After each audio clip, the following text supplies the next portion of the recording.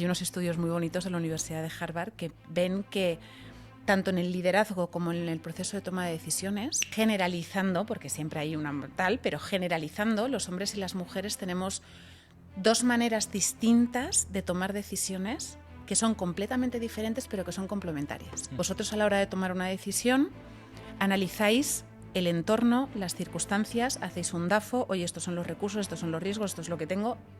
Ya. Nosotras tendemos, a través de la intuición, que al final la intuición es la respuesta del inconsciente, el inconsciente analiza todas las situaciones parecidas en las que has estado, qué decisiones has tomado, qué resultados te han dado, y de ahí te sale, vale, creo que tenemos que hacer esto. ¿Por qué? No te lo puedo explicar. Es que en nombre del control y de la seguridad y lo hago por tu bien, al final nos controlan en todos los sentidos. Igual que la censura que hay en redes sociales. O sea, yo creo que ahora mismo hay más censura o la misma que la que había en dictadura. Solo darte cuenta de que tu diálogo interno es la voz interiorizada de tu madre o de tu padre, eso te ahorra ya las 5 primeras sesiones de terapia. Hay una frase en la Biblia que es brutal, que es: por sus frutos los reconocerás.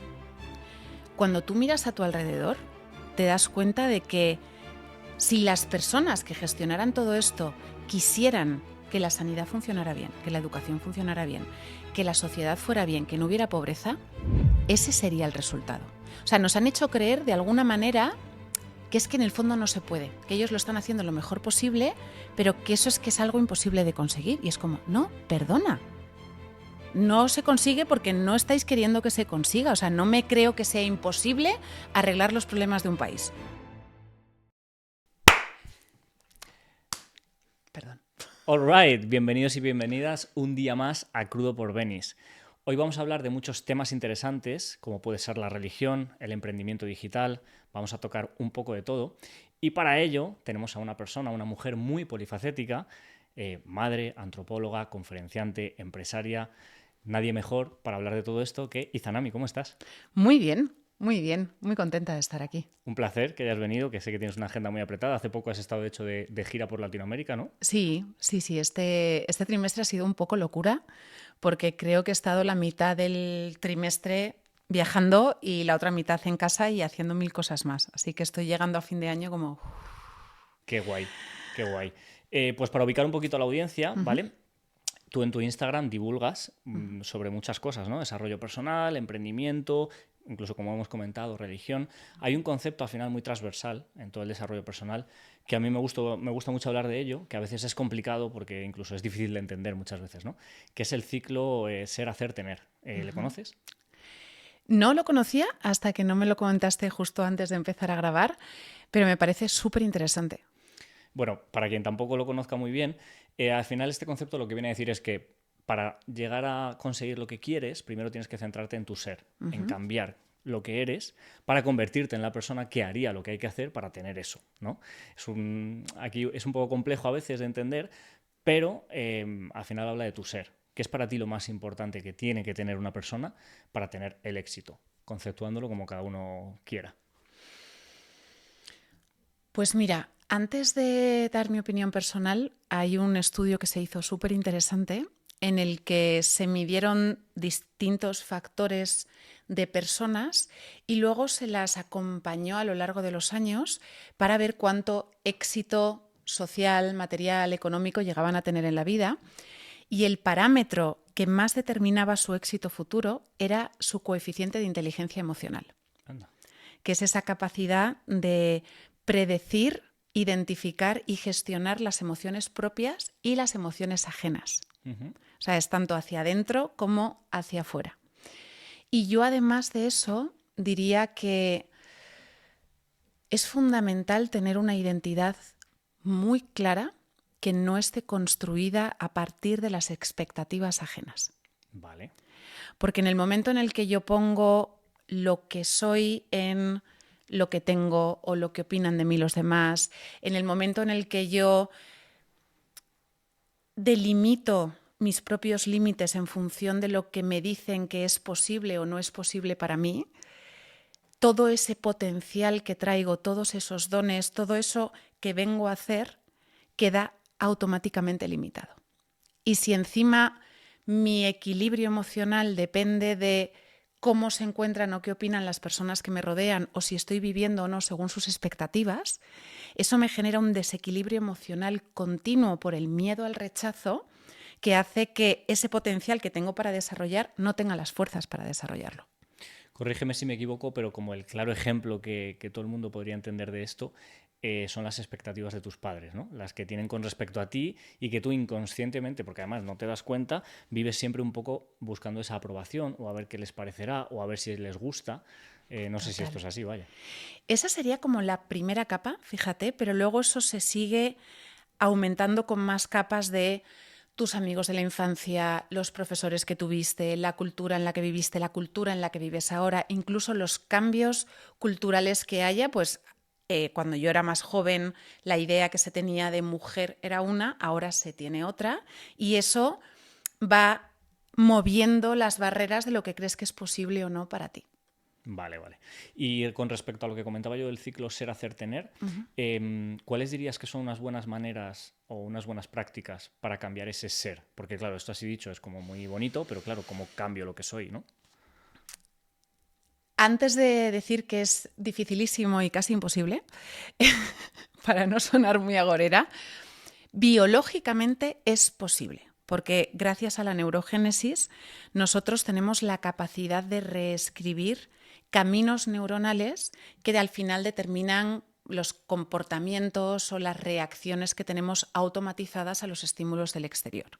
Entonces, técnicamente, a base de trabajar el músculo y de convencer al cerebro de, ya sé que tenemos una autopista gratis por la que reaccionamos a esto, pero voy a parar, voy a tomar conciencia y voy a hacer un camino de cabras con estas 3 neuronas a ver a dónde llegamos, ¿no? Eso requiere de mucha autoconciencia, de mucha paciencia, de mucho sufrimiento y pasarlo muy mal. Es biológicamente posible, pero al final el determinante de que lo logres o no es la motivación. Los únicos cambios grandes en hábitos, adicciones, comportamientos, maneras de pensar, ocurren en puntos de inflexión importantes en la vida. Una enfermedad grave que te hace decir, ostras, es que igual me muero en X tiempo, o la enfermedad o el fallecimiento de un familiar, o de pronto perderlo absolutamente todo. O sea, son solamente esos momentos súper tremendos que lo mueven todo los que detonan la motivación suficiente como para hacer el trabajo diario de elegir cada uno de tus pensamientos, elegir cada uno de tus hábitos, porque es muy tedioso. Claro. Y no sé qué opinas tú, a mí, por ejemplo, a nivel de desarrollo personal o de incluso esa transformación del ser, es de lo que más me ha ayudado, que es ir a terapia. Que es como enfrentarte o ponerte un espejo contigo mismo, nunca mejor dicho, y decir, vale, ¿quién soy? ¿Por qué hago lo que hago? ¿Cuáles son esas ideas preconcebidas que son erróneas? No sé qué opinas tú. Yo con todo el amor a los psicólogos, porque los amo y yo también voy a terapia, yo voy al psicólogo, voy al psiquiatra, yo voy a todas partes. Pero hay una frase muy divertida que solo darte cuenta de que tu diálogo interno es la voz interiorizada de tu madre o de tu padre, eso te ahorra ya las 5 primeras sesiones de terapia. O sea, para ir más rápido, por lo menos. Para ir más rápido. Oye, que ya soy consciente que las cosas que me digo a mí misma son las que me decían de pequeña. Vale, next. ¿Sabes? Es fundamental, porque hasta que no haces eso que tú acabas de decir, de darte cuenta que lo que tú crees que es posible para ti y que lo que tú crees que son tus fortalezas y tus debilidades no tiene nada que ver con quién eres, sino con los filtros y las experiencias desde las que te miraban los adultos que te rodeaban, vas a estar operando desde un personaje que no eres tú. Y eso además a la larga genera un desgaste brutal y estás perdiendo mucho tiempo, porque estás perdiendo mucho tiempo de ver, oye, ¿cuáles son mis fortalezas? ¿Cuáles son mis retos? ¿Qué valor puedo poner yo encima de la mesa? ¿Y cuándo puedo empezar a disfrutar haciéndolo? Porque en el momento en el que empezamos a disfrutar de desarrollar ese potencial innato es cuando la motivación se retroalimenta y empezamos a disfrutar más de lo que hacemos. Hay un concepto que hemos hablado mucho de él en este podcast, con psicólogas también que han venido y demás, que es el autoconocimiento, ¿no? Que al final todo éxito, en cierto modo, parte de ese autoconocimiento, de saber quién eres, qué quieres. Total. Entonces, claro, cuando no te conoces a ti mismo, pues vas pegando balazos sin sentido, porque claro, no sabes dónde está tu diana, ¿no? En ese sentido. Total. Y te sigues midiendo por la opinión externa, que es lo que decíamos antes de la identidad, o por los objetos que tienes. Me hay una cosa que me da bastante miedo, que se está empezando a ver en las redes, que estamos volviendo a ese materialismo extremo que en los 60 los hippies como que lograron un poquito soltar, de los coches, las casas, las marcas, las tal, y de medir quién soy y cuánto respeto, admiración merezco en función de las cosas que tengo. Y como muy bien implica este ser, hacer, tener, el tener es una consecuencia. Eso es. Y como es una consecuencia, y a medida que vamos cumpliendo años nos damos cuenta de que tenemos cero o nada control sobre los resultados de las cosas que hacemos, porque tú puedes dar tu 100%, que es lo que deberías de hacer, dar tu 100%, implicarte, aportar el máximo valor posible, pero luego tú tienes que soltar mental y emocionalmente las cosas que haces, porque ya no depende de ti. Depende de 1000 cosas. Los que somos creyentes lo ponemos en manos de Dios y decimos que se haga tu voluntad. Los que no, lo sueltan al azar y que sea lo que tenga que ser. Pero el intentar controlar esos resultados es una fuente de frustración asegurada, igual que el poner mi bienestar emocional en qué pensarán de mí, qué dirán de mí, qué pensarán si en vez de con este coche voy con este. Totalmente. Has comentado, por un lado, redes sociales. Por otro lado, como he dicho al principio del podcast, eres madre. Y ahí yo junto dos puntos y digo, desde tu perspectiva de entender profundamente las redes sociales, porque solamente en Instagram tienes como 600.000 seguidores, o sea, sabes de qué va esto perfectamente. ¿Cómo ves el camino que se les queda a los más pequeños con todo esto que tenemos entre manos? Yo estoy horrorizada. O sea, estoy absolutamente horrorizada. Egoístamente espero que para que cuando mis hijos lleguen a la adolescencia, esta salvajada que se ha cometido, que es la de lanzar a una generación entera a algo que, como era avanzado tecnológicamente, se presuponía que tenía que ser bueno, que está teniendo un impacto a nivel neurológico, a nivel de capacidades cognitivas, de capacidades sociales, de capacidades emocionales. O sea, nos los hemos cargado.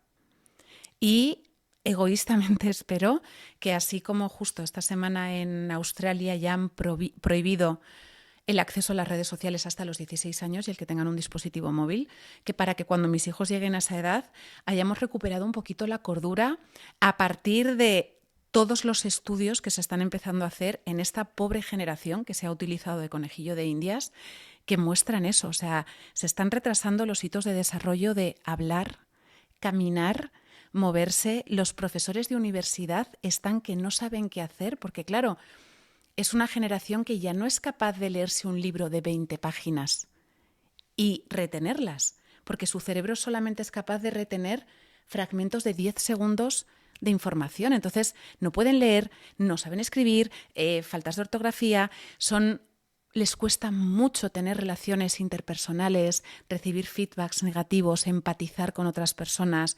O sea, es una cultura narcisista, que no estoy diciendo que todo el mundo sea narcisista, pero es una cultura que lo que hace es dormir la empatía y nos expone a tanta violencia, a tanto abuso, a tanta superficialidad emocional. Me decía una chica una vez en una conferencia que di, una veinteañera, le digo, ¿pero tú hablas con tu amiga por teléfono? Y me dice, no, pero ella me manda audios y yo tengo una cosa en WhatsApp que me los transcribe, me los resume y me manda el resumen corto de lo que mi amiga me manda. Claro, pero se está perdiendo todos los detalles de la expresión emocional de su amiga, se está quedando con me ha dejado el novio, tía, lo siento, ya. Entonces, sí, o lo pone a por dos el audio. O sea. O lo pone a por dos o lo que sea. Entonces nos estamos perdiendo una sensibilidad tan imprescindible. ¿Te acuerdas cuando decíamos al principio que esa inteligencia emocional es el factor más determinante de que nos vaya bien en la vida? Entonces, el problema con la edad es que entre los 0 y los 21 lo que no se utiliza no se desarrolla. Yo te propongo aquí un mini debate, pero ¿Vale? más que nada por hacer de abogado del diablo, ¿no? ¿Vale? Por ejemplo, has comentado, profesores universitarios se horrorizan porque no saben escribir muchos alumnos o no tienen buena ortografía, tal.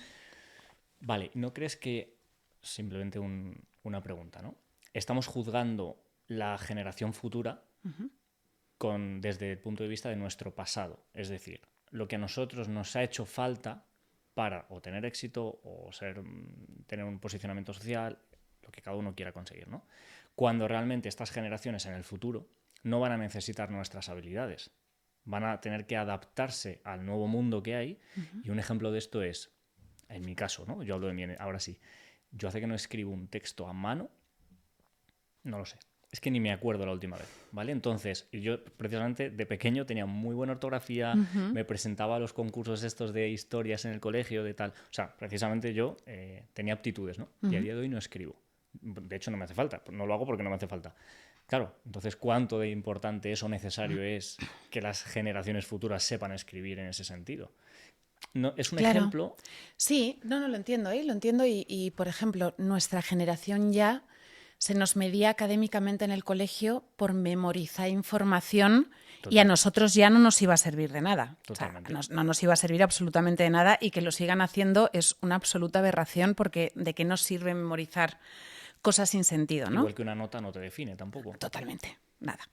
Pero es verdad que el saber escribir, tú en el momento lo hagas a mano, lo hagas en el ordenador, estás haciendo un storytelling, estás creando una historia con un principio, con un desarrollo y con un final.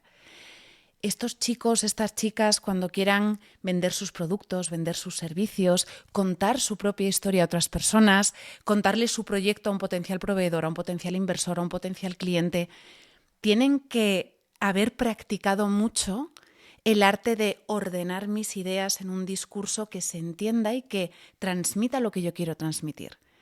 Y tienen que tener la fortaleza emocional que no la están desarrollando de encontrarte con una persona que te lleva a la contraria o que te dice que no o que te dice que sí, pero luego... O sea, les faltan cosas tan imprescindibles para la independencia adulta de poder trabajar en una empresa, ser emprendedor, formar una familia, tener amigos. O sea, están viviendo en una burbuja que solo se sostiene si vives con tus padres. Has hablado de emprendimiento, que además creo que son de las cosas más complicadas que uno puede hacer en esta vida, porque sí. Es complicarse la existencia literalmente. Y me gustaría preguntarte, en tu faceta de emprendedora, que luego entramos más a profundizar emprendimiento digital, ¿qué barreras te has encontrado, ya no solo por el hecho de emprender, sino por el hecho además de emprender siendo mujer, ¿no? Que se habla mucho pues, de muchas dificultades específicas de ser mujer en ese sentido? Yo personalmente no me he encontrado ninguna. Es verdad que las cifras están ahí, que hay muchísimas menos mujeres venture capital que hombres, que en el mundo de la startup, ¿vale? En el mundo de la empresa digital altamente innovadora, tal, no me sé la cifra, pero yo creo que es el 80 al 90% de los fundadores son hombres. Las rondas de financiación más millonarias se las llevan los hombres. O sea, está clarísimo que ahí hay algo. Yo, en mi experiencia personal, jamás ¿No te han tomado menos en serio? No, cosas así para nada. Jamás me tomaron, o sentí, igual lo hicieron y lo hicieron muy bien y no me di cuenta, pero jamás me sentí discriminada en ningún sentido. Lo que sí me dañó, fíjate, fue esa creencia que yo traía de que para ser una buena profesional tenía que ser más masculina. ¿Y en qué sentido? Tirar menos de la intuición, ser mucho más racional, ser más agresiva en las negociaciones, gestionar a mi equipo de una manera más ejecutiva, más alejada de mi esencia, de mi proceso de toma de decisiones, de mi manera de... Al final hay unos estudios muy bonitos de la Universidad de Harvard que ven que tanto en el liderazgo como en el proceso de toma de decisiones, generalizando, porque siempre hay una tal, pero generalizando, los hombres y las mujeres tenemos dos maneras distintas de tomar decisiones que son completamente diferentes, pero que son complementarias. Vosotros, a la hora de tomar una decisión, analizáis el entorno, las circunstancias, hacéis un DAFO, oye, estos son los recursos, estos son los riesgos, esto es lo que tengo, ya. Nosotras tendemos, a través de la intuición, que al final la intuición es la respuesta del inconsciente, el inconsciente analiza todas las situaciones parecidas en las que has estado, qué decisiones has tomado, qué resultados te han dado, y de ahí te sale, vale, creo que tenemos que hacer esto. ¿Por qué? No te lo puedo explicar. Pero creo que tenemos que hacer esto. Y además nosotras tendemos más a la sabiduría colectiva. Vosotros tenéis un problema y en muy contadas ocasiones quedéis con vuestros amigos a tomar un café, a contarle vuestro problema para que os tal. Nosotras tendemos a quedar en grupos de amigas y nos arreglamos, tía, me ha pasado esto. Uy, pues a mí me pasó, pues a una prima mía, pues, o sea, esa sabiduría colectiva, tiramos de ahí. Claro, tú fíjate qué maravilla cuando agarras vuestro proceso de toma de decisiones, más racional, más práctico, con la intuición y con la sabiduría colectiva, eso engrana y se toma una sabiduría, o sea, se toma una decisión muchísimo mejor, ¿no? Claro, en el mundo del emprendimiento y en el mundo de la empresa también, y mujeres de todas las edades, que de hecho he hablado de esto con muchísimas directivas, con juniors, con tal, nosotras llegamos a la empresa creyendo que tenemos que ser más masculinas. Y de hecho llevamos trajes de chaqueta y de hecho somos como más serias y nos vamos a llorar al baño y todo ese tipo de cosas. Y el problema de eso es que eso genera un desgaste.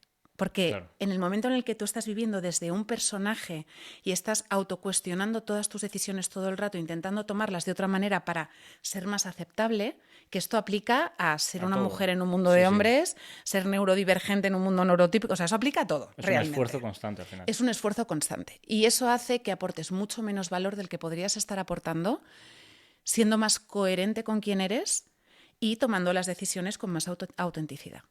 Que sería un poco rozar lo que hemos comentado antes también del autoconocimiento, ¿no? Ahí saber está. qué puedes aportar y todo lo que has dicho con que eso es lo bonito de montar un equipo. Que al final coges lo mejor de cada casa, como se suele decir, y se complementan y llegas mucho más lejos gracias a ese equipo, ¿no? Volviendo un poquito a lo de atrás, por saber tu opinión, ¿por qué crees entonces que el 80 o 90% de los fundadores o Ventures Capitals o tal son hombres? O sea, al final, tú, desde tu perspectiva, además, que no te has encontrado barreras en ese sentido, ¿por qué crees entonces que pasa eso?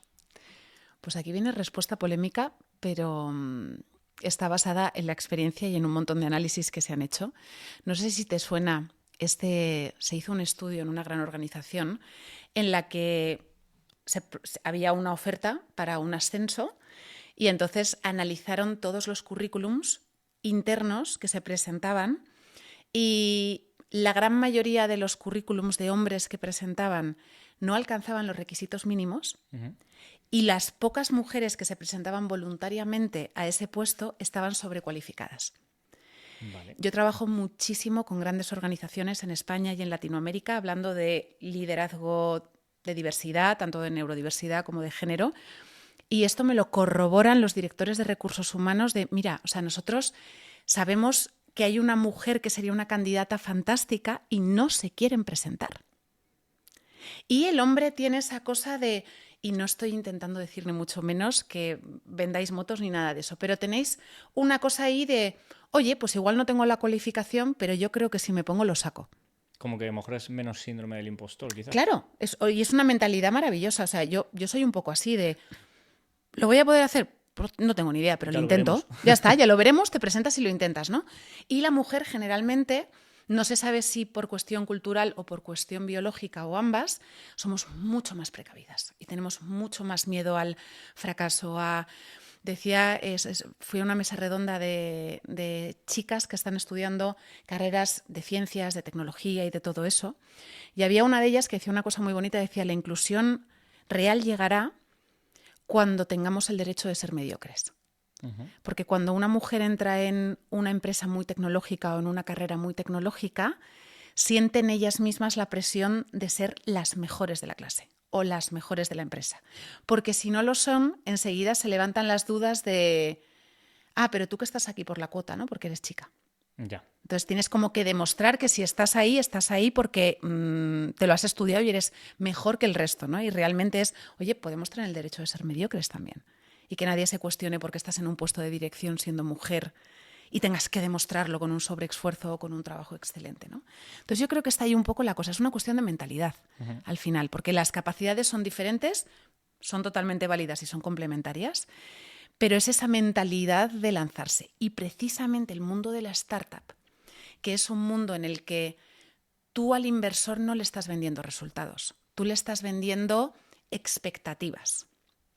Entonces ahí hace falta mucho el creerse una proyección a 5 años de que las cifras van a crecer así de manera exponencial y defenderlo. O sea, a mí me llegaron a decir, presentándole a unos inversores, estábamos como en la última reunión Y les presento, ¿no?, mi proyección a 5 años, tal, con el EBITDA, tal, y me dicen, vale, está todo fenomenal, solo nos falta una cosa para poder aprobar la inversión.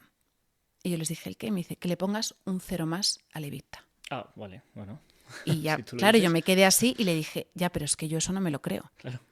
Y me dicen ellos, ya, pero es lo que nosotros necesitamos para poder justificar la inversión, porque al final un fondo de capital riesgo invierte en 10, se cierran 8 y de las 2 que les quedan, con una tienen que hacer un por 20 Sí, compensando las otras. para claro. poderle dar a sus inversores un 6, 8 más o menos. O sea que realmente las cifras, ellos para hacer un por 20 a 5 años en el EBITDA tenía que haber un 0 más, aunque yo no me lo creyera.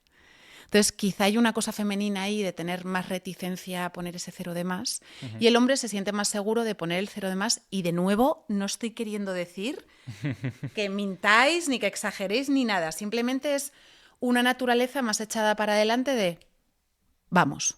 Totalmente. Ya Has está. tocado muchas cosas de las cuales me gustaría profundizar y hablar de cada una de ellas, pero voy a empezar por una que es, Vale. has hablado de diferencias biológicas, ¿vale? Y creo que, al menos es mi opinión, el día de hoy precisamente es lo que se intenta un poco derribar, ¿no? Desde el discurso oficial, de que todos somos lo mismo, que incluso, bueno, yo he llegado a leer que había incluso 27 géneros, o sea que no está el hombre y la mujer, ahora hay binarios, no binarios, no sé qué, no orientaciones sexuales, sino géneros. O sea, para cualquiera que aterrice ahora aquí de repente es una absoluta locura, ¿no? Es un caos. ¿Qué opinas tú de todo esto?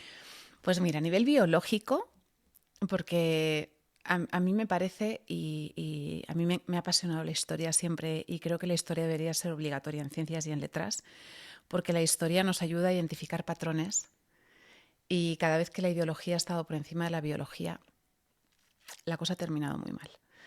Entonces, en todo este tema, la realidad biológica es que hay 2 géneros, hay hombres y mujeres, que una mujer es una hembra humana adulta y un hombre es un macho humano adulto. Una niña sería una hembra humana infantil o lo que sea, ¿vale? Existe la realidad de las personas con... Se me ha ido la palabra. Hermafroditas, vale. Existe la realidad de las personas intersexuales, que son personas que tienen alteraciones genéticas que hace que pues, tengan de pronto unos genitales que no son ni una cosa ni otra, o una composición hormonal que no es ni una cosa ni otra, o que es contraria a los genitales que tienen. Eso existe. O sea, que seas un hombre que se siente mujer, por ejemplo. No, Ah, vale. no. Que tengas un cuerpo, por ejemplo, hormonalmente masculino a nivel de niveles de testosterona, Vale. pero de pronto tengas un micropene o no tengas pene. O sea, que Vale. tengas una alteración genética y que de pronto no se corresponda a una cosa, pero dejando sentimiento aparte. O sea, de hormonas Vale, vale. y de Pura genitales. biología. Pura biología. Vale. Luego, yéndonos al transgénero, mi amiga Rebeca López, que es una auténtica crack, ella es muy contundente cuando dice que ella no es una mujer trans, Vale. que ella es una transexual femenina. Vale. Y ella está en contacto con un neurólogo, creo que es, no sé si es neurólogo o psiquiatra, pero está haciendo estudios en los cerebros de personas transexuales para intentar encontrar si hay alguna alteración, ¿vale?, en lo que viene siendo la biología, la morfología y tal. Y este hombre lo que ha descubierto es que hay 4 fenotipos: mujer, hombre, mujer trans y hombre trans. Vale. Que es muy interesante. O sea, es muy interesante que de pronto genéticamente haya una alteración cerebral. Alteración no porque, vamos, voy a medir mucho mis palabras. Porque no creo que sea un problema, ni creo que, o sea, creo que es una condición. Pues igual que yo nazco con el fenotipo 100% mujer, pues hay personas que nacen con un fenotipo que no se corresponde con el cuerpo que tienen. Vale. De ahí a la locura cultural que estamos viviendo. Empezando porque tengas que medir tanto tus palabras. Empezando porque tenga que medir tanto mis palabras. Es una auténtica barbaridad. Es una auténtica barbaridad porque en el mismo intento de intentar, valga la redundancia, desmedicalizar la condición de ser trans... Me he ido para atrás, espérate. Perdón que vas a tener que editar esto. En el mismo intento de desmedicalizar la transexualidad, de que no, esto no es una enfermedad y no tienes por qué ir al psiquiatra, no tienes por qué ir al psicólogo, no tienes por qué... Tú solamente puedes ir a comisaría, que es como están las cosas en España, y le dices al señor, oye, ¿me cambia usted el sexo en el DNI? Y te lo cambian. Y ya, porque como no es una enfermedad... Claro, cuando hacemos eso pasan dos cosas horribles. Que realmente, si es, como dice este señor, una condición de neurodivergencia, que es un cerebro que es morfológicamente divergente, cualquier neurodivergencia necesita acompañamiento psicológico. Y si de verdad eres una mujer en el cuerpo de un hombre y te lo identifican desde pequeñito, vas a necesitar que te estén acompañando, pero igual que si tienes un TEA, que si tienes altas capacidades, que lo que sea. Claro. Y no es que esté mal porque estás enfermo, es que eres diferente. Y esas diferencias en una sociedad normotípica es muy difícil llevarlas para adelante solo. Y más si eres pequeñito. Y la solución no es darte bloqueadores de hormonas y sin que te puedan intervenir tus padres o sin que te pueda ver un psicólogo, hacerte intervenciones médicas que pueden determinar de mayor que no puedas tener hijos o que sean irreversibles. O sea, ¿en qué mundo es eso una solución? O sea, esto no es que la gente no se pueda cambiar de sexo, es que hay que hacer las cosas con cabeza y sobre todo despolitizando algo que yo lo miré cuando salió la ley trans. En España, el año anterior a la ley trans, habían solicitado el cambio de género 2.432 personas. Con todo el amor y con todo el respeto del mundo a la comunidad trans, es una cifra irrisoria para todo lo que se está montando. En un país como España, en el que hoy en día 1 de cada 4 niños está por debajo del umbral de la pobreza. Sí, como que hay otras cosas más prioritarias Ostras, que atender. Perfecto. Cuando en España ya era legal el cambio de sexo, ya lo cubría la Seguridad Social, era como, oye, igual tenemos otras prioridades ahora mismo, ¿no? A mí me gusta mucho ir al porqué de las cosas, ¿no? Y si todo esto está tan claro como tú comentas, que lo estás expresando perfectamente, entonces, ¿por qué se nos inunda con esta información o incluso se nos llega a manipular? El porqué de todo esto. Para mí hay dos motivos. Yo creo que hay un motivo general de polarización de la sociedad en general. O sea, estamos viendo cómo se están extremando posturas políticas de una manera, de unos fanatismos que no habíamos vivido en Occidente desde hace mucho tiempo, y la última vez que los vivimos de nuevo acabó todo muy mal. Es que al final... Salió regulín. Hombre, es que la historia está ahí y es Sí, como, sí. no, estas cosas aquí no pueden pasar. Pues que hablen con la gente que viene de Venezuela y te dicen, sí, eso también pensábamos en Venezuela, que no podía pasar. ¿Sabes? Claro que puede pasar. En Chile ahora mismo están pasando, o sea, en Chile ahora mismo no se puede entrar en el centro de la ciudad porque está tomado por paramilitares. Y hace 5 años en Chile pensaban que eso en Chile no podía pasar porque era la Europa de Latinoamérica. Entonces, esto aquí no puede pasar. Perdón, estudio usted un poco más de historia. Hay una polarización terrorífica de posiciones ideológicas, de posiciones políticas, de feminismo, machismo, pero de unas maneras... Yo me acuerdo que me entrevistaron para preguntarme sobre la ley trans. Me decían, ¿pero estás a favor o en contra? Y decía, bueno, estoy a favor de algunas cosas y en contra de otras. Me decían, no, pero estás... No puede ser. No puede ser. O sea, no puedes estar a favor de unas cosas y en contra de ¿O otras. eres rojo o azul? Ya está. No puedes estar de acuerdo con algo que hace un partido político y con...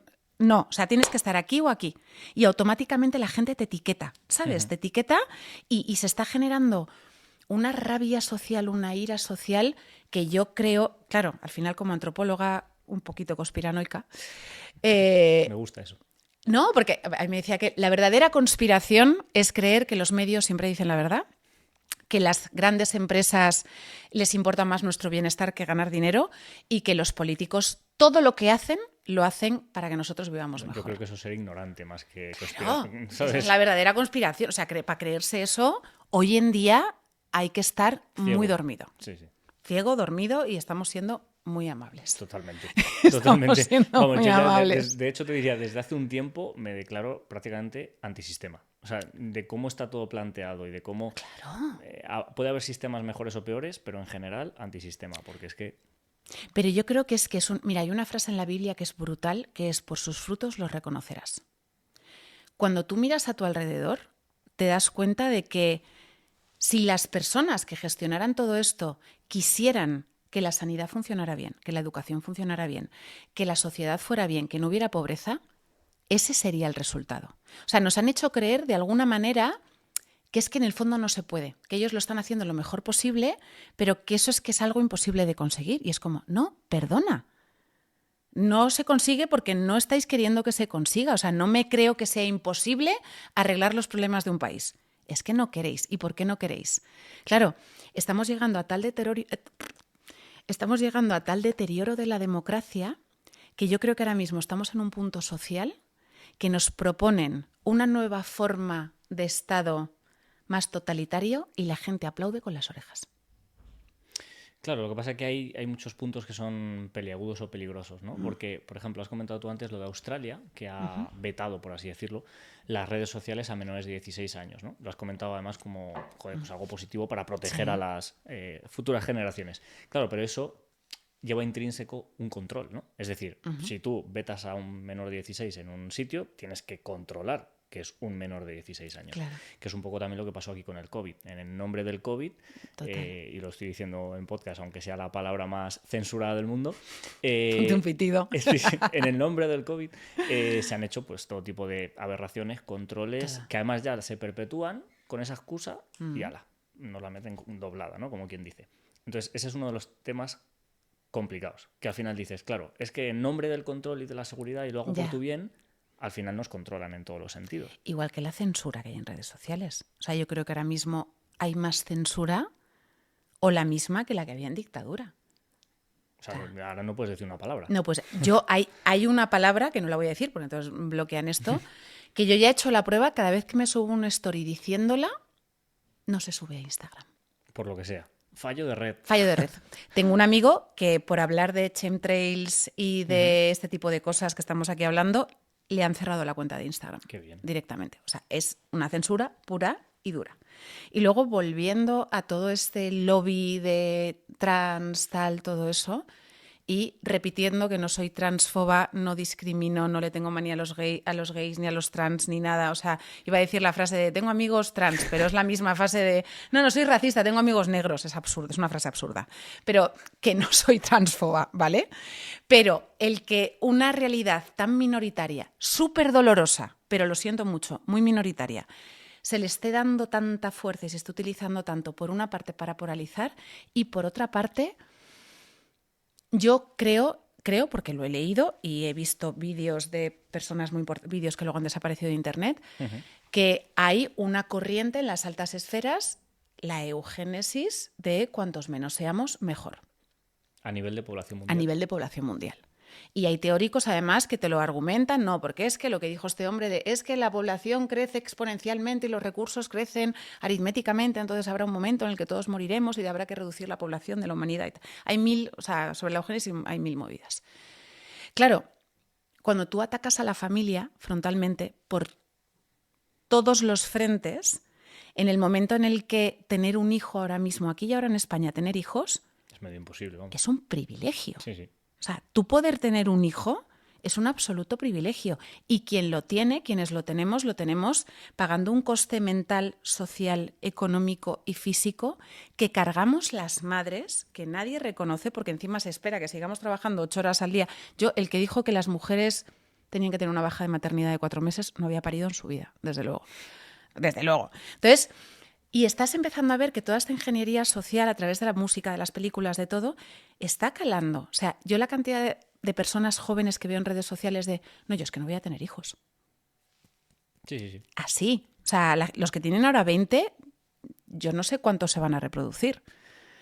Y claro, por una parte está reduciendo la población, pero por otra parte, la soledad nos destroza.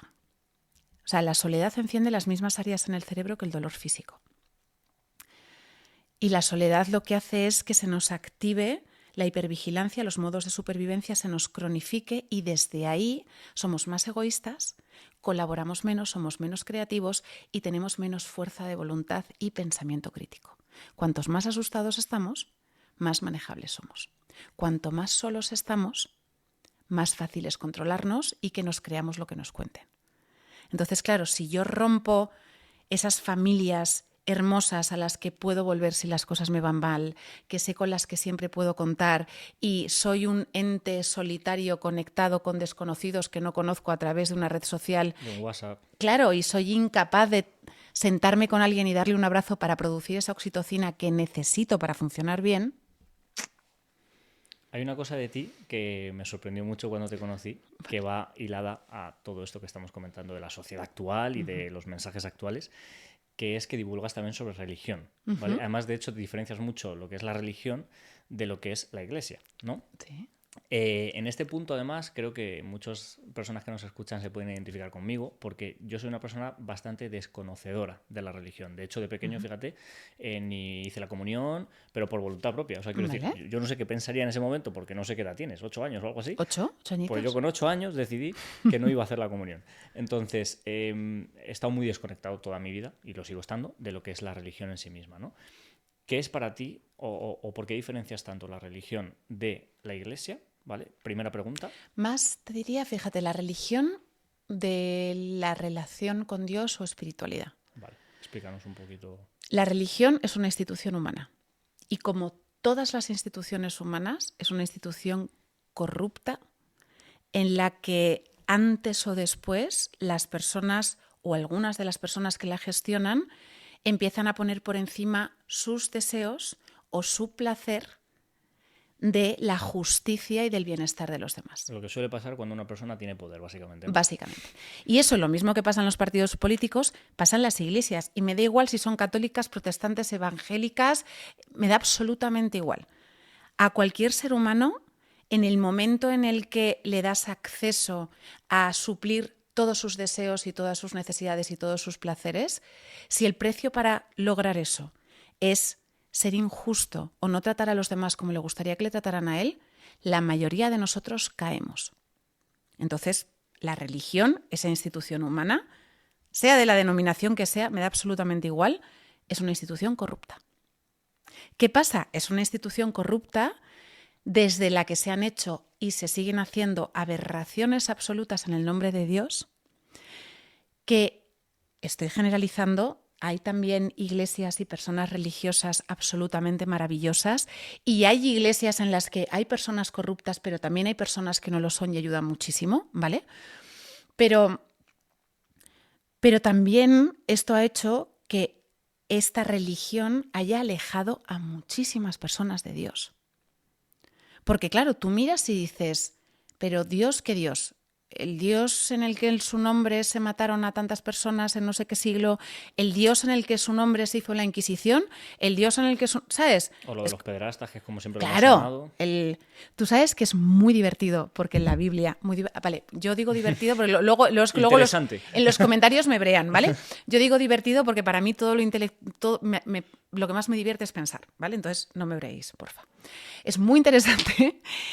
En la Biblia, cuando hablan en el Nuevo Testamento de cómo tienen que ser las condiciones de vida de los sacerdotes, después ya de que estuviera Jesucristo, hay un versículo, no te lo voy a decir textual, pero lo podéis buscar, que dice que los hombres que trabajen para Dios deberán de casarse y de tener familia para canalizar de manera limpia sus tendencias innatas.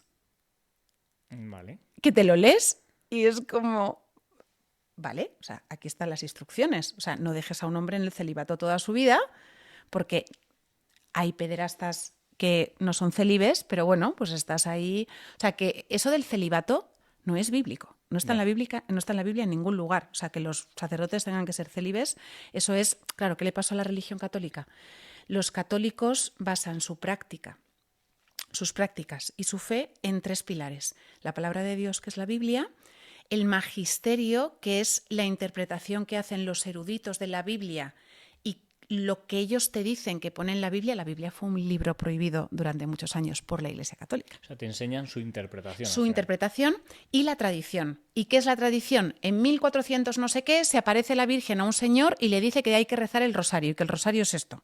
Y entonces todos los católicos ahora rezan el rosario no aparece en la Biblia, el purgatorio tampoco, por ejemplo, pero como la tradición es importante lo hacen así, ¿no? Yo cuando me convierto, o fui convertida, porque al final pues creemos que todo pasa cuando Dios quiere, como Dios quiere y porque Él quiere. Claro, yo por tendencia cultural empiezo a hacer unas catequesis en una iglesia católica y yo a la vez me estoy leyendo la Biblia. Y claro, de pronto te vas leyendo cosas en la Biblia como segundo mandamiento, que en el catecismo católico está cambiado. Segundo mandamiento es: no te harás imágenes y no te inclinarás ante ellas y no las honrarás. Totalmente contrario a lo que has dicho antes, claro. Claro, yo me leí, y eso muchas cosas, pues no rezaréis como los paganos repitiendo 1000 veces la misma cosa y te veías a la gente. Entonces, mi criterio crítico dijo, vale, pues esta manera de vivir a Dios no encaja conmigo, y seguí por libre y luego me di cuenta de que era protestante más adelante, ¿no? Entonces, yo separo tantísimo, porque una cosa es la religión. Y las personas tenemos una cosa que en psicología se llama la religiosidad natural, que es esta necesidad o tendencia a adorar a Cristiano Ronaldo, a Taylor Swift, a la Virgen de la Macarena o al propio Jesucristo. ¿Sí? Tenemos esa tendencia, tenemos esa religiosidad natural de: si yo te doy esto, tú me das esto a cambio. O si tú me das esto, yo qué sé, estoy sin fumar 3 meses. O si apruebo el examen, dejo de beber. Ese tipo de cosas, esos intercambios que intentamos hacer con Dios y que son muy religiosos, tampoco son bíblicos y tampoco es lo que Dios quiere con nosotros, ¿no? Uh-huh.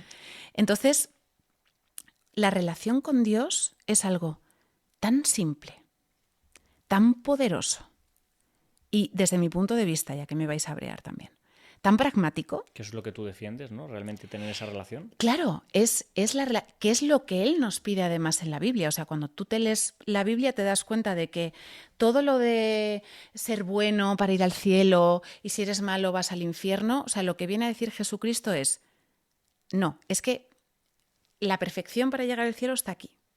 Y ninguno de vosotros vais a lograr ser perfectos. Porque Dios es tan bueno que aborrece la injusticia, que aborrece el mal, aborrece tanto el mal que no podría, cuando tú vienes imagínate que yo soy la jueza, vienes al juicio y me dices: oye, está usted un delito de robo. Y me dices: ya, bueno, pero es que he sido muy buena persona toda la vida, es que yo soy muy buena persona, es que yo intento hacer las cosas muy bien, es que tal, no, o sea, has robado, vas a la cárcel, ¿no? Uh-huh. Entonces, lo que hace Dios es, encarnándose en su propia creación como Jesucristo, como un hombre que, fíjate que siendo Dios podía haber venido, que era lo que esperaban los judíos, podía haber venido con carrozas de oro, ¿sabes? Ali Ababa en Aladín, sí. Cuando le pide todo al mago, podía haber entrado con elefantes, pero ahí ¿sabes? Sería corrupto ya, como hemos dicho, ¿no? Claro, él llega de la manera más humilde del mundo y él lo que hace es, vale, como todos estos, es imposible que se autosalven porque no tienen la capacidad, yo con mi sacrificio voy a pagarles la fianza a todos. Y es así de sencillo. Él vino, dejó que le reventaran la espalda a latigazos, que le escupieran, que le mearan encima, que le desnudaran, que le hicieran todo lo que le hicieron, siendo Dios, para que en la cruz esa grandísima injusticia que era hacerle eso a quien nos había creado a todos y que además le odiábamos, esa grandísima injusticia compensase todas las injusticias que vamos a cometer en nuestra vida para que podamos pasar con Él la eternidad en el cielo y para que podamos ser adoptados como sus hijos. Y ya. Y lo único que pone en la Biblia que hay que hacer para acceder a esa herencia, tienes un padre que es multimillonario en amor, en justicia, en fortaleza, en paz, en gozo, esos frutos del Espíritu que te da ser su hijo. Lo único que tienes que hacer es creer en Él y entregarle tu vida. Ya está. Ni bautizarte, perdón, me vais a matar también, ya lo sé. Ni bautizarte, ni comulgar, ni hacer la comunión, ni confesarte a un cura. Lo de confesarse a un cura, confesarte de que de los pecados que ya te ha perdonado Cristo. No, pero está muy bien todo lo que estás diciendo, porque al final a mí me pilla por sorpresa y entiendo que yo represento probablemente a una gran parte de la audiencia o de la población que al final está totalmente desconectado con lo que te he dicho, ¿no? Entonces, me resulta muy interesante todo lo que comentas y de hecho me nace la pregunta de cómo entonces una persona, como es tu caso, ¿no? que está en este lado, defiende todos estos valores, porque al final es la defensa de un comportamiento, de unos valores, de una ética, al final lo sobrelleva, por decirlo de alguna manera, con la sociedad actual. Porque todo lo que hemos comentado, el ejemplo de los 10 millones o del EBITDA, eso es mentir. Eso es véndeme una mentira que yo le pueda vender a otra persona. Y al final todos aquí salgamos ganando. Es totalmente contrario a lo que tú has dicho. E incluso, si me apuras, todas estas tendencias ideológicas, que si de género, que si de esto, del otro, en cierto modo también cojámoslos con pinzas, ¿no? Sí. ¿Cómo convives con todo esto entonces? ¿Sabes qué pasa? Que es todo mucho más fácil. Es todo mucho más fácil porque en el momento en el que tú le entregas tu vida, que es básicamente cerrar los ojos y decirle, vale, Señor, dejo de intentarlo yo en mis fuerzas, que sea todo las tuyas. O sea, no hay que hacer un ritual ni con incienso, ni con velas, ni nada, es así. Tu identidad deja de estar basada en las opiniones de los demás y poco a poco se va construyendo en ti la certeza, porque él empieza a hacer cambios en ti que flipas, que dices, ¿esta persona tan paciente? ¿Quién es? Porque yo no era así de paciente. Empiezas a construir tu identidad en él y empiezas a decir, no, es que a mí lo que me vale es lo que yo pueda hacer según sus valores. Y sus valores, al final Jesucristo redujo los mandamientos a 2. Los 10 los redujo a 2.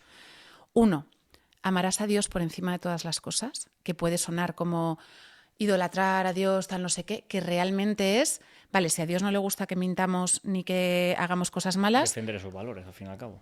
Pero en la práctica sería, vale, poner un 0 más aquí en este EBITDA, ¿qué me daría a mí? Más dinero, ¿vale? ¿A quién estoy llamando más? ¿Al dinero por el que voy a mentir? ¿O al Dios por el que, para no mentir, voy a decir que no a ese dinero? O sea, al final amar a Dios por encima de todas las cosas es cada decisión decir, vale, estoy idolatrando el dinero, estoy idolatrando a esta persona, le estoy haciendo algo malo a alguien para favorecer a esta persona, ¿sabes? O sea, estoy tratando a los demás como no me gustaría que me trataran para conseguir dinero, poder o reconocimiento, entonces no estoy amando a Dios por encima de todas las cosas. Sí.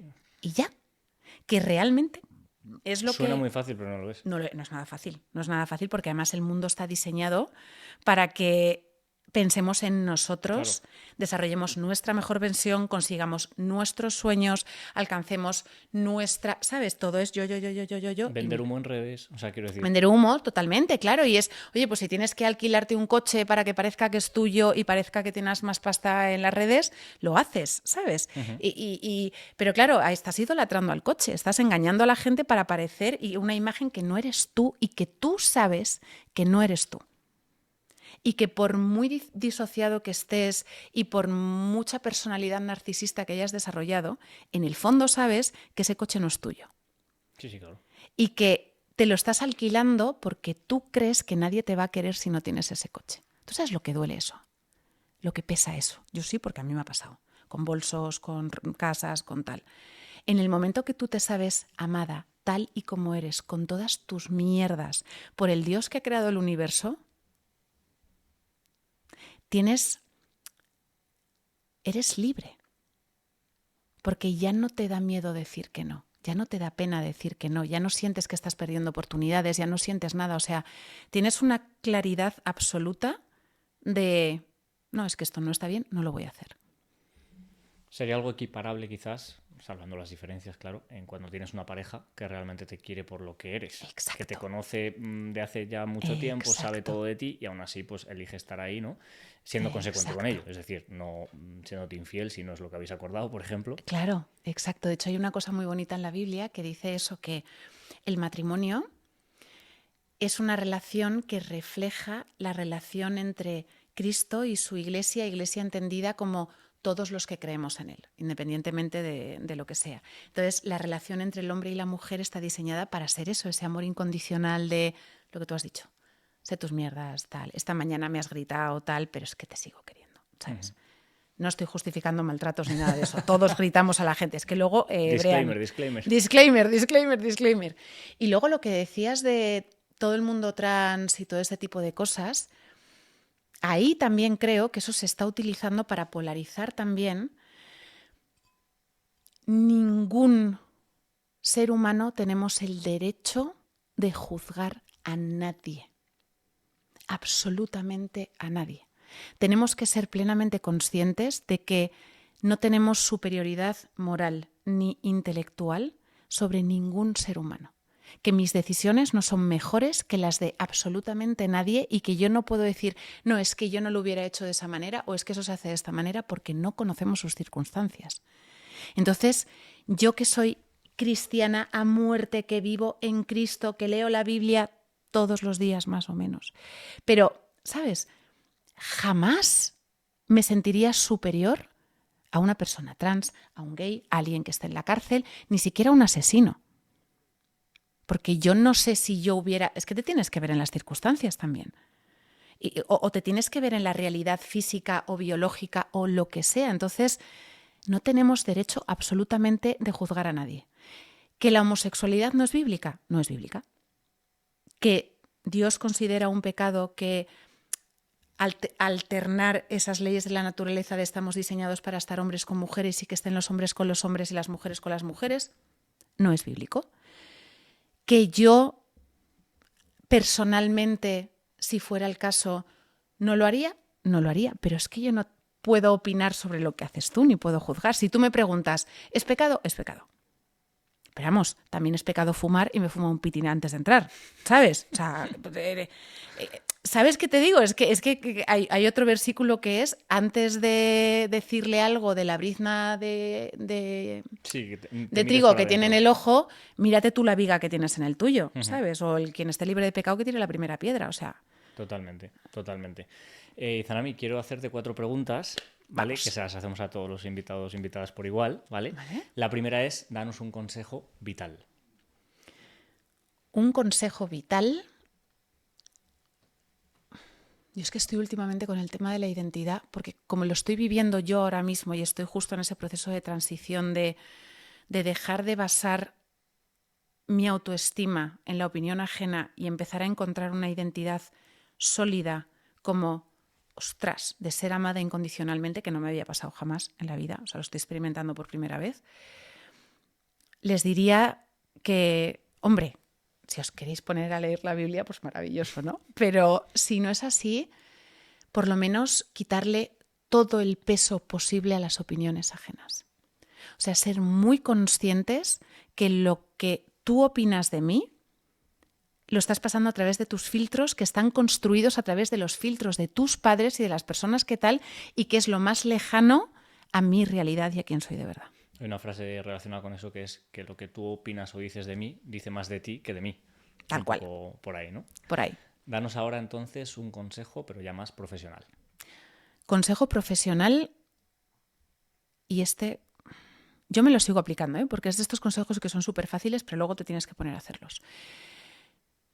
Que tu producto o servicio sea la respuesta real a un problema o una necesidad que exista, que o bien tenga mucha gente o que tenga poca gente, pero que esté dispuesta a pagar mucho dinero para resolverlo. Consejo de emprendimiento, 100%. Sí, es que no he hecho otra cosa yo. Está estupendo, O sea, he trabajado por cuenta ajena 6 meses en toda mi vida. Pues mira, para que veas. No sé. Tercera pregunta, recomiéndanos a alguien que tú sigas o que su trabajo pues, nos pueda nutrir a todos. Puede ser un divulgador, un youtuber, da igual, quien sea. Jesucristo. Vale.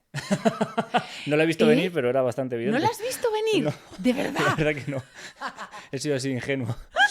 Ahora sí, última pregunta, que no es igual que la tercera, aunque estaría cojonudo que nos trajeses a Jesucristo, pero creo que no va a ser posible. Bueno, lo podéis encontrar en el Nuevo Testamento, en la Biblia. Pero yo creo que no le voy a poder sentar ahí a hablar. No vas a poder entonces va a estar complicado. Ahora sí que nos recomiendes a alguien que se siente ahí, que nos dé un buen episodio y que tú puedas intermediar para que eso ocurra. Majo Jimeno. Vale, no sé quién es. Majo Jimeno es la fundadora de Mamás en Acción. Vale. No voy a hacer spoiler porque la historia es brutal, pero es una fundación que ayuda a niños que lo necesitan mucho y que en 4 años han pasado de ser 100 voluntarios a 3.000. Entonces, Majo tiene unas lecciones de liderazgo, unas lecciones de escalar, no es una startup, pero es una organización desde los valores, desde la coherencia, desde la femineidad también, porque ella sí que es muy femenina liderando y muy femenina gestionando. Y luego es que lo que hacen es tan bonito y tan necesario que no quiero hacer Y spoiler. seguro que sobre el tema de no enjuiciar sabe bastante, porque viendo esas historias seguro que... Mucho. Pues Izanami, ha sido un placer. Siento que podríamos hacer un podcast de cada cosa que hemos hablado, pero a este al menos le tenemos que poner fin. Muchísimas gracias por venir. Muchas gracias por la invitación.